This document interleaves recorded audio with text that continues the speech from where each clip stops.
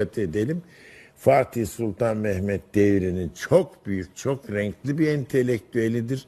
Size bunu söylüyorum. Batı'da bile bu kadar renklisi yoktur.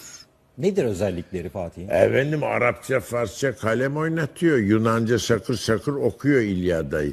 Ben bunu palavra zannediyordum. Bizim Türkler demiyor bunu. Vakaynüsler diyor. Ecnebiler diyor. Sonra baktık Topkapı'da bütün yazmalarda böyle adamın okuduğu belli bunu.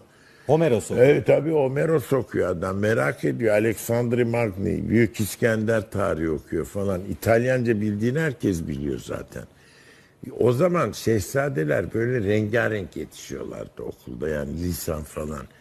Ebür Enderun gulamlarıyla birlikte okuyorlardı. Böyle bir rekabet havası da vardı mahcup olmama şeyine.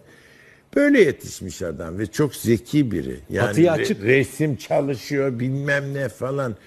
Şimdi batıya açık değil. Ne batısı? Bütün dünyaya açık. Batıda böyle adam yok ki. Batıda en oryantal bilgi İbranca bilir. Yani Pico della Mirandola ve Roy Kelin gibileri. Sayılıdır. Bu enteresan bir adam. Şimdi bunun gibi bir renkli münevver bugün yok Türkiye'de. Var mı?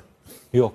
Yok. O zaman niye konuşuyorsunuz yani? Peki İlk ama önce böyle onu öğrenin de ondan sonra bir bakalım şuraya. Fatih'in özelliklerini anlattığınızda böyle tipik bir Müslüman portresi de çıkmıyor ortaya. Hayır bizim bildiğimiz Müslüman portresinde iş yok çünkü. Müslümanın portresi öyle olur çünkü.